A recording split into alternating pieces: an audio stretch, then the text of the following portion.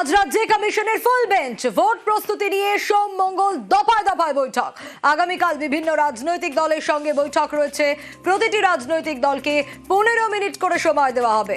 কাল দুপুরে DM SP সিপিদের নিয়ে বৈঠক আর জেলা ধরে ধরে প্রস্তুতি নিয়ে রিপোর্ট। ভোটের প্রস্তুতির পাশাপাশি এসআইআর নিয়েও আলোচনা। রাজ্যের সিইওর সঙ্গে আলাদা বৈঠক। সাপ্লিমেন্টারি তালিকা প্রকাশ করতে চেয়ে প্রস্তাব রাখবেন সিইও। মঙ্গলবার কেন্দ্রীয় বাহিনীর প্রতিনিধিদের সঙ্গে বৈঠক।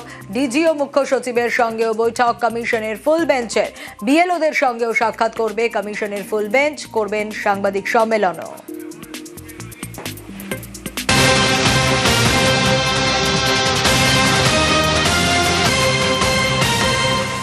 আর কলকাতায় পৌঁছেই বৈঠকে মুখ্য নির্বাচন কমিশনার। রাজ্যের মুখ্য নির্বাচন আধিকারিকের সঙ্গে বৈঠক। আরো ডিটেলে বিষয় আপডেট দিতে পারবে সোমরাজ, রয়েছে আমার সঙ্গে।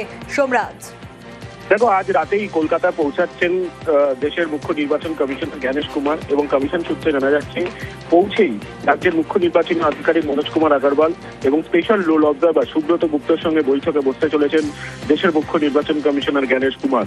রাত 10টায় এই বৈঠক হবে বলে এই কমিশন সূত্রে জানা যাচ্ছে এবং সেই বৈঠকে মূলত রাজ্যের এসআইআর পরবর্তী পরিস্থিতি, অর্থাৎ তুমি জানো 28 তারিখ ভোটার তালিকা প্রকাশ হয়েছে।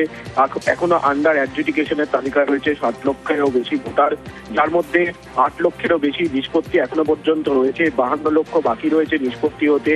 অন্যদিকে তুমি দেখেছো যে রাজ্যে বিধানসভা ভোটের প্রস্তুতি রয়েছে। মূলত এসআইআর পরবর্তী পরিস্থিতি নিয়ে পর্যালোচনার জন্য রাত 10টার সময় এই বৈঠক হবে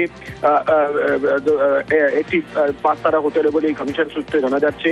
অর্থাৎ শহরে পৌঁছেই রাত 10টার সময় এই বৈঠক করবেন রাজ্যের মুখ্য নির্বাচনী আধিকারিক ও স্পেশাল রোল অবজারভার সুব্রত গুপ্ত। বৈঠক হবে দেশের মুখ্য নির্বাচন। একেবারে সোমরাজ, অবশ্যই আমাদের নজর থাকবে, আপডেট তো নেবই।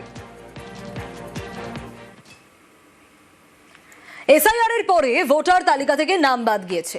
ভবানীপুরের এমন বেশ কয়েকজনকে নিয়েই শনিবার ধর্ণা মঞ্চে মমতা বন্দ্যোপাধ্যায়।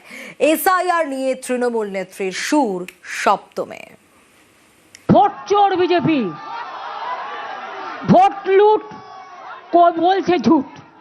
ভোট লুট করছে দেখুন, অধিকার লুট করছে দেখুন, গণতন্ত্র লুট করছে দেখুন। নোটবন্দি, ভোটবন্দি, গ্যাসবন্দি, গণতন্ত্র বন্দি, জনগণ বন্দি, সংবিধান বন্দি। লড়তে পারে একমাত্র বাংলা, আমরা প্রমাণ করে দেব। প্রমাণপত্র নিয়ে এসছি জনগণের সামনে। ওরা সুপ্রিম কোর্টের ভার্ডিক্ট ভায়োলেট করছে। ভোটার তালিকা থেকে 63 লক্ষের বেশি নাম বাদ, বিচারাধীন লক্ষ লক্ষ নাম। এর প্রতিবাদে ধর্নায় মমতা বন্দ্যোপাধ্যায়। মমতা বন্দ্যোপাধ্যায়ের বিধানসভা কেন্দ্র ভবানীপুর, সেখানেও কয়েক হাজার নাম বাদ গিয়েছে। এই নিয়ে চড়া সুর। আমার কেন্দ্রে 60,000 কেটেছে, আমি বলি পুরো ভোটটাই তো কেটে নিলে পারতে। তাতে যদি তোমার একটু বইয়ের ভোট খেতে, তুমি সবটা কেটে নাও। চ্যালেঞ্জ রইল যদি ক্ষমতা থাকে। এদিন মমতা বন্দ্যোপাধ্যায়ের ধর্ণা মঞ্চে দেখা যায় বেশ কয়েকজনকে। কারো হাতে এসআইআর এর ফর্ম, কারো হাতে আধার কার্ড। তৃণমূল নেত্রীর দাবি এদের সবারই নাম ভবানীপুর কেন্দ্রের ভোটার লিস্ট থেকে এসআইআর এর পর বাদ গিয়েছে। তাদের পাশে নিয়েই সুর চড়ালেন মমতা। ভ্যানিশ কুমার ভ্যানিশ করেছে ভোট, জীবন্ত প্রমাণ। দেখুন সব কাগজ আছে, দেখতে পাচ্ছেন। সব ডকুমেন্ট দেখিয়েও যখন লাভ হয়নি, তখন আপনাদের কাছে জনসমক্ষে এসছে বিচার চাইতে। এবং এদের জন্যই আমাদের এই প্রতিবাদ আন্দোলন। 60 লক্ষ মানুষ আজ কাঁদছে, আরো 58 লক্ষ, 1,25,00,000। If democracy is for the voters, then why we delete the name of the genuine voters? Can you reply us? You have to reply to the people of India. You have to reply to the Constitution of India. এরা আমার voter, আমাকে কাটবেই করে, ঘেচু করবে। ওরা supreme কোর্টের verdict violet করছে। দেখুন সবার আধার কার্ড আছে। সুপ্রিম কোর্ট বলেছিল one of the document as Aadhaar card will be included, but they are violating all this because of BJP bias commission. একজন হদল কুতকুত আছে, তিনি বসে বসে কলকাঠি নাড়ছে। 4 মাস ধরে দখল করে রেখে দিয়েছো বাংলা। এত মানুষের মৃত্যু, একটু হৃদয়ে মায়া জাগে না? লাশ কাটার ঘরে শবদেহ কাঁদছে, যার নাম কেটে দিয়েছে সেও ভাবছে আমি কি এদেশে থাকতে পারবো? Only you are satisfying BJP. Bias vanish. What else? Shame on you, BJP.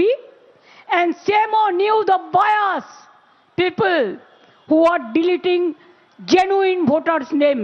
Selfish giants are playing selfish game. If nobody fights, Bengal will fight. My humble request will be to the judiciary, the judges. Supreme Court gave you the verdict that please see the adjudication case. In Bihar, there is no logistical discrepancy case, only in Bengal. Why Bengal is targeted? I will appeal to all of you. Please give justice to the people. Justice of the people, by the people, for the people. To protect the democratic rights of the people and the constitution.